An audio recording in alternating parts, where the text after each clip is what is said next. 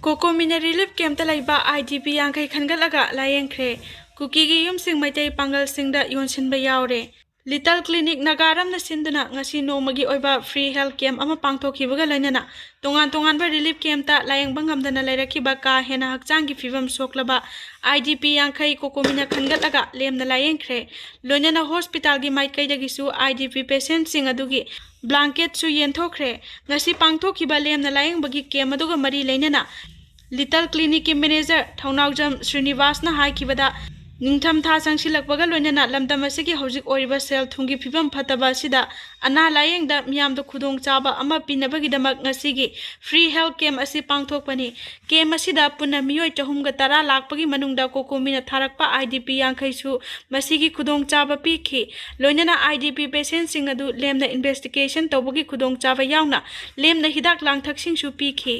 Adubu general miyamgi oinadi investigation da discount pibaga loinana lemna hidak langthak piri haiki Kokomigi convener Khuraijam athaubana matam kuina layeng bangamdana amadi sel thumgi khudong chadabana maram oraga tongan ba relief camp singda lairiba IDP singdagi khangatuna layeng na ba haijabada little clinic na yabiduna lemna layeng bagi khudong chaba piriba sigumna atopa hospital singda su tawbirabadi IDP singna thengnariba ana layengi khudong chadaba sida yamna mating gani haiki amaromda manipur da thokriba irang asina lanjena duna tongan ba mafam singda hangliba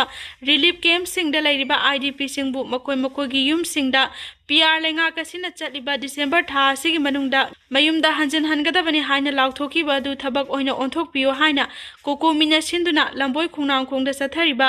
rally sit in protest IDP and the people of Manipur gi wakat Mifam asiga thana numit kunga mathoni sukre loinana ngasi chathakhiba wakat khongchat aduda khwairamban ima kaithel pofam phambi ima sing amadi moregi IDP sing su saruk yakhi ngasi gi wakat mifam aduga mari leinana more Meitei council gi hanagi president Phunindrona haikibada thokliba irang asida Meitei singbu more Churasampur amasung singda leiba yadana ba tongan ba lalong kya chatharakliba sida Manipur lengak amasung Bharat lengak na tasin usinadana laithokli Imphal area da laiba Kukigi Yumsing Meitei Pangal isilinau singda Yonsinba Yaore yoliba mafam sing adu dak number ga seldit ka iriba dak number ga sanadaba kaya Yaore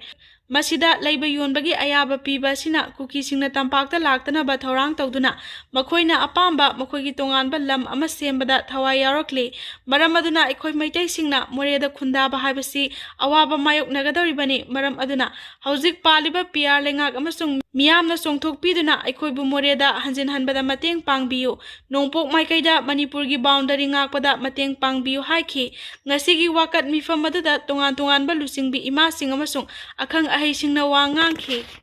Meitei na buffer zone thugaina ba honarakle haibaga loinana indigenous tribal leaders forum na akanba moongda yaningda ba utlakli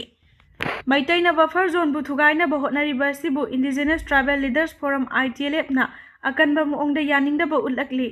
ITLF ki secretary information and publicity gi thaupuri ba ginja baljong na khuyek piduna press ta thadorokpa cherol asina hai nakal animak na haibadi Kuki amadi Meitei proof na buffer zone asi ngakna chatkadabani hanjin na wafam asibu thugairakpa habasi irang hena thoknaba mai chukhatpani Kuki zo miyamgi oina chahi amada yamna maru oiba thoram Christmas ki tha asida ingtapa tangdu leitana hingbagi phibam asida buffer zone lansilaktuna miyamda aki tujung pihale hairi cherol asina hai buffer zone bu aikhoi pumnamakna ikai khumnaba utminasi ingtapa amadi khudong thidaba ohenanabagi matangda hayeng December 22 da sit in protest ama sanction gadauri haiba protest asi hayeng ayuk pung 13 taba matamdagi pangthokani maram aduna civil society organization sing nupi sing church ki lusingba sing ahal laman amadin naha amatana sithadana matam sana thoraktuna sit in protest asida saruk yana basu cherol asina khangalakli